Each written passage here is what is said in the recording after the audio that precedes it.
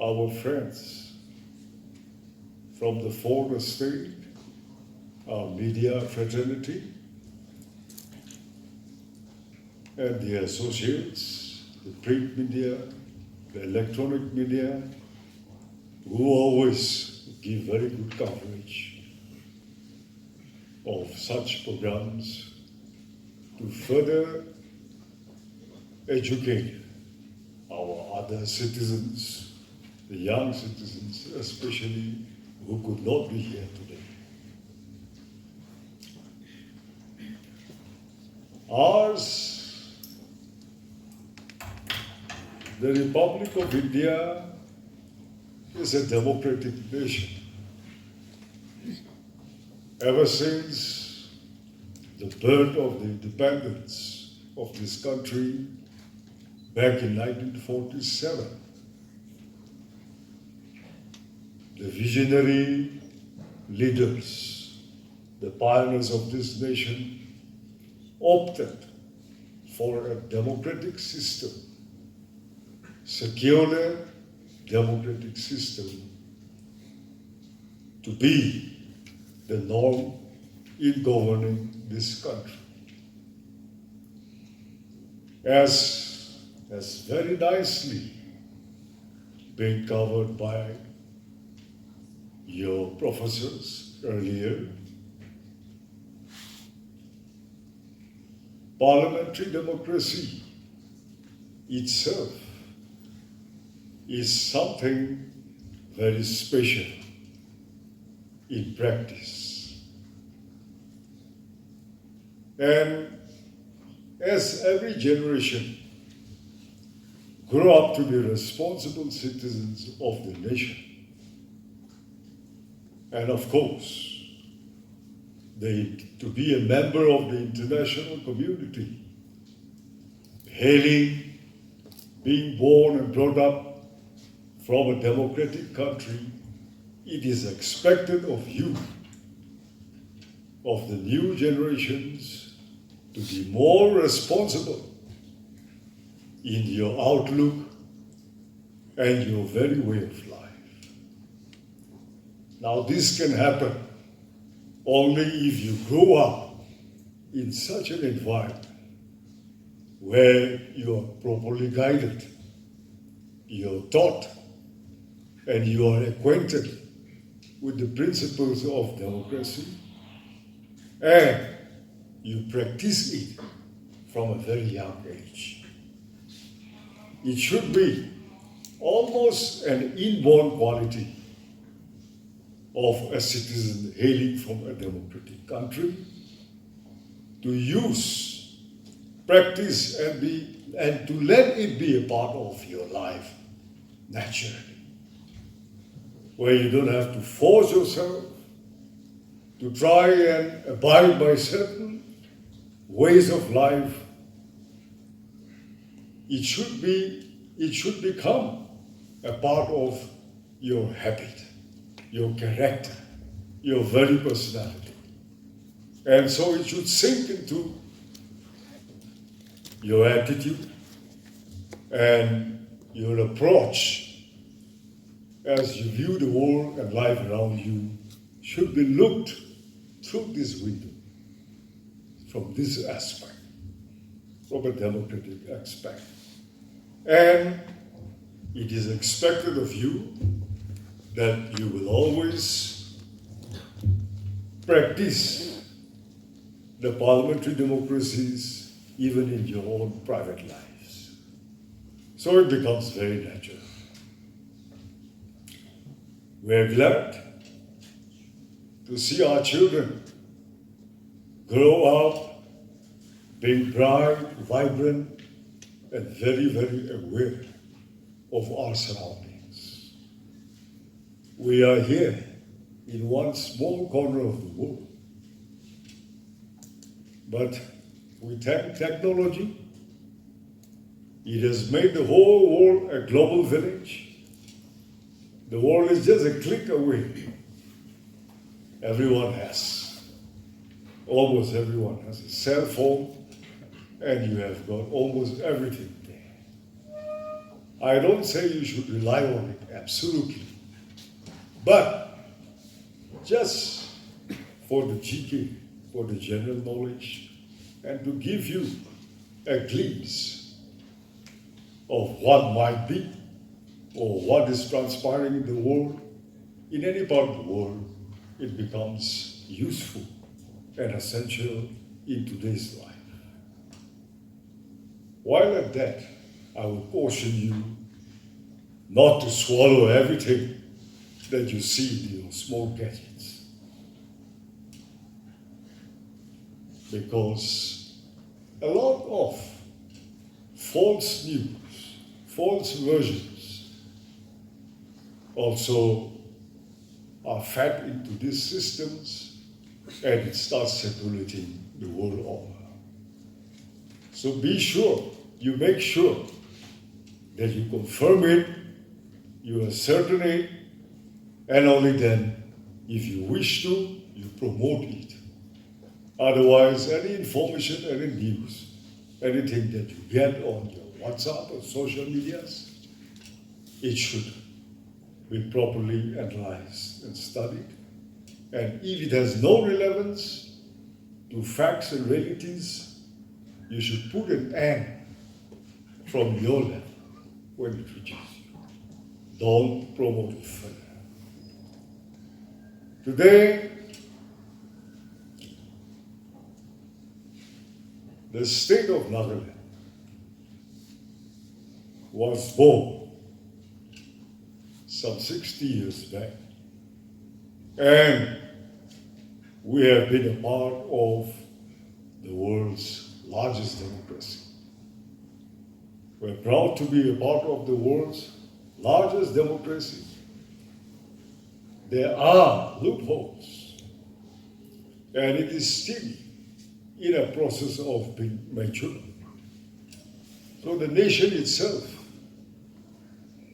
have so many things still wanting. But we are fortunate that it does not contradict our ancient ways of life, the Naga people especially. When we look back, we were not educated, so we did not know the term democracy. But the practices of this system of governance is very, very akin to our ways of life. Our ancestors, they practiced the purest form of democracy. And so somehow, it just synchronized. It's in sync with our ways of life. We just have to hone it. We have to hone it. We have to refine it and adjust to the modern sense and the modern concept and practices of democracy. So, as this concept gives birth, and the parliamentary system is derived out of this concept,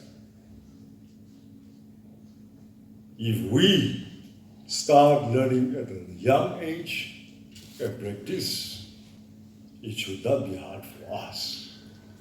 It should come naturally. It is in our blood. It is being practiced even without one having to go and learn it from the schools early on. It was there, and it exists still today. So you have the practical side as well as the theory. Your teachers are teaching you every day.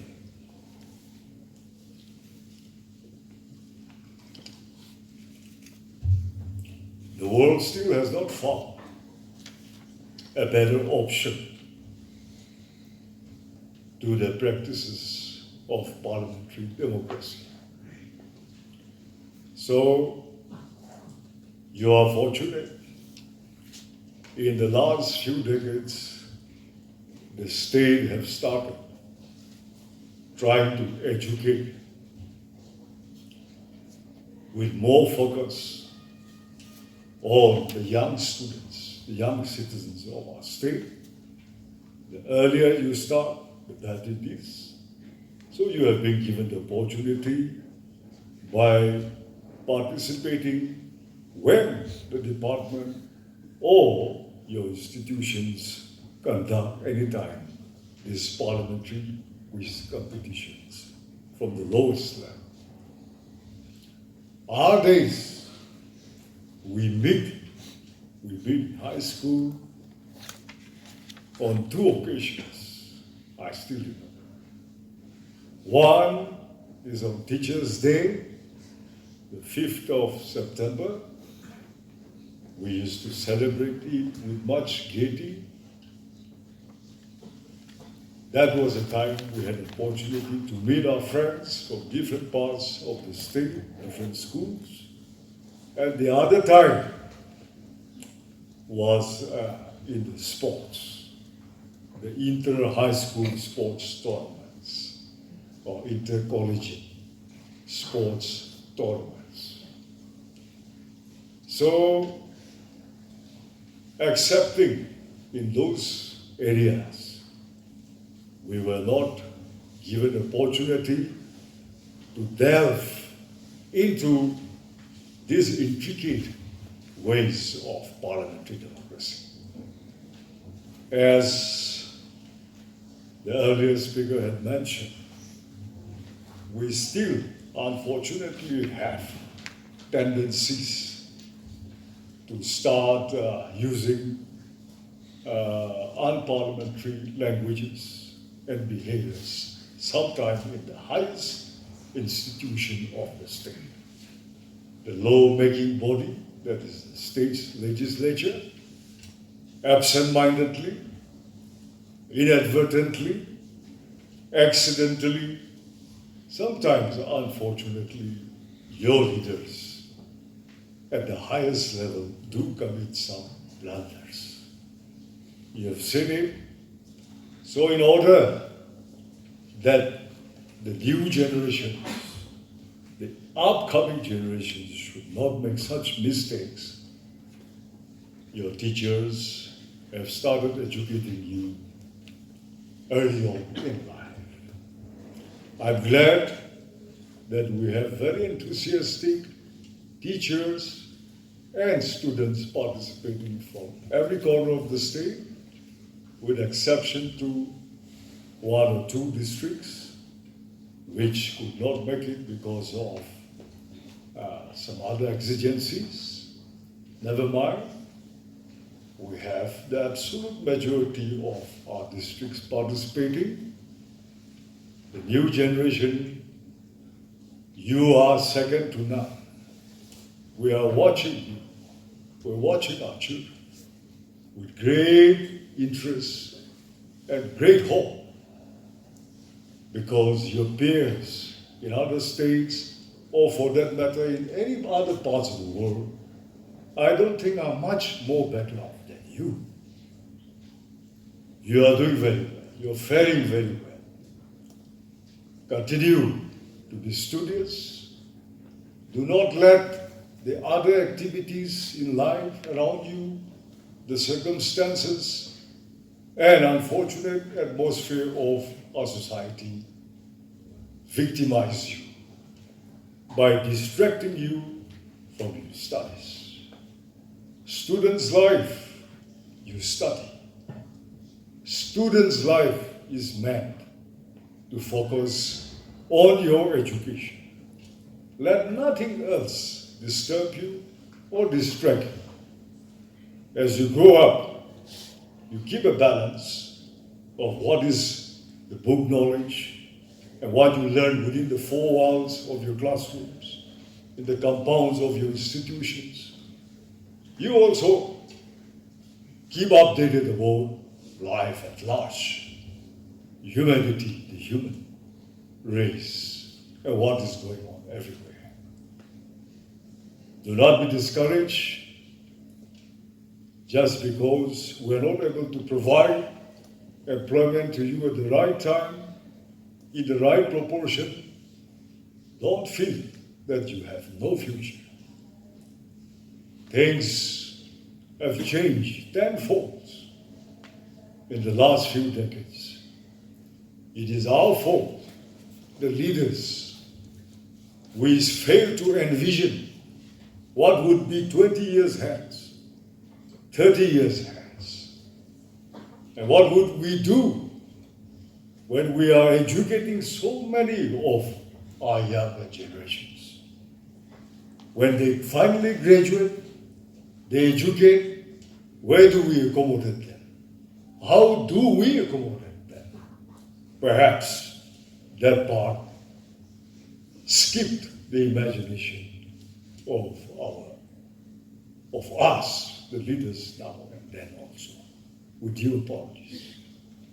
But we are resolved from here on that we would always take the future into account as we move forward from now in our policies of all departments, in our planning of all departments, and the government as a whole.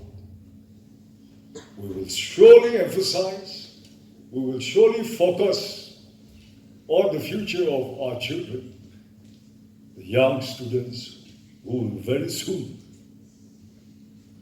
be educated, graduated, how to accommodate you. As of now, you may not understand, you are still young. But the state government itself is doing the best.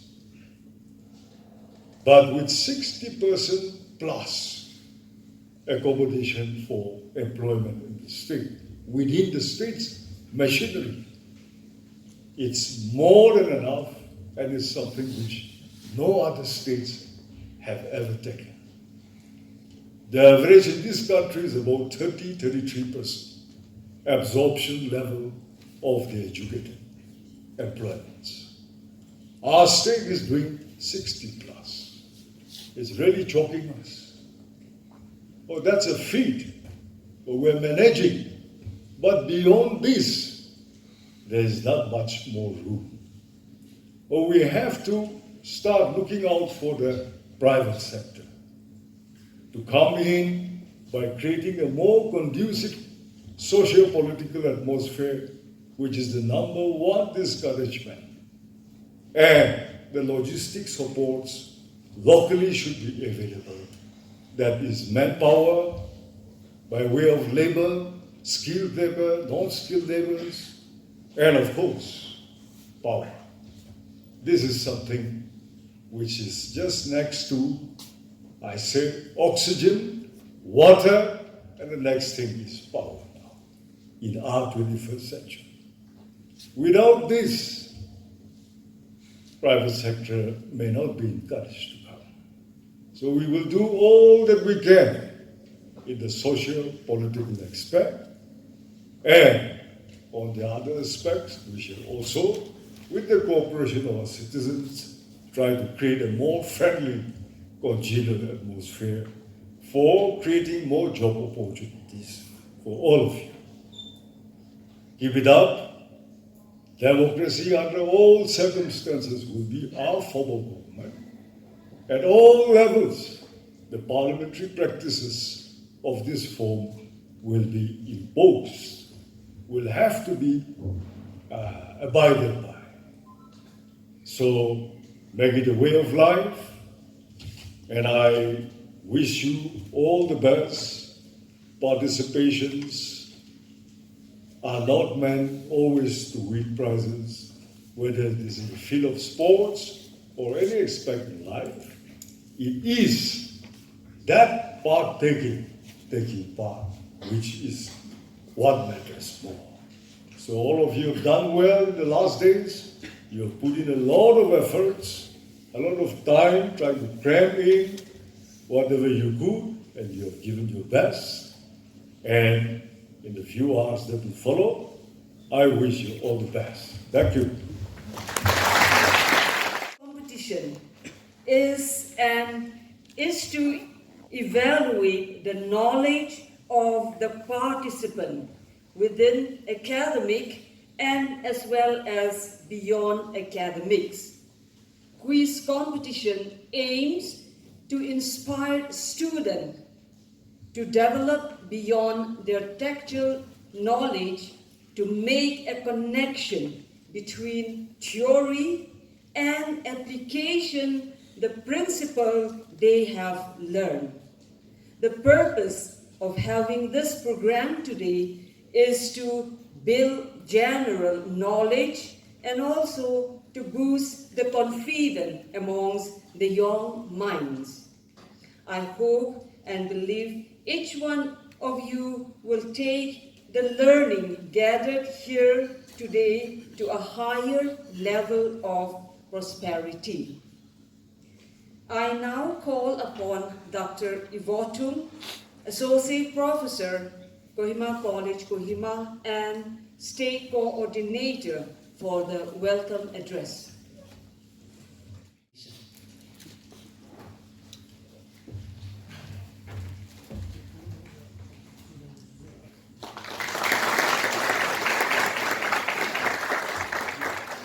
I will also request our Secretary, Sir, to kindly stand on your feet and also accept our small appreciation.